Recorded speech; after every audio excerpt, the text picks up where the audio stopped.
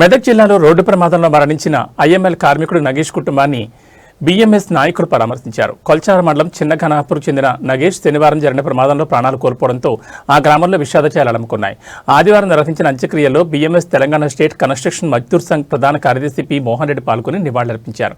ఈ సందర్భంగా మోహన్ రెడ్డి మాట్లాడుతూ ఐఎంఎల్ డిపో కార్మికుల దుస్థితిపై తీవ్ర ఆవేదన వ్యక్తం చేశారు. దశాబ్దాలుగా ప్రభుత్వం వీరితో వెట్టి చాకరీ చేయించుకుంటోందని, కానీ కనీస సామాజిక భద్రత కల్పించడంలో విఫలమైందని విమర్శించారు.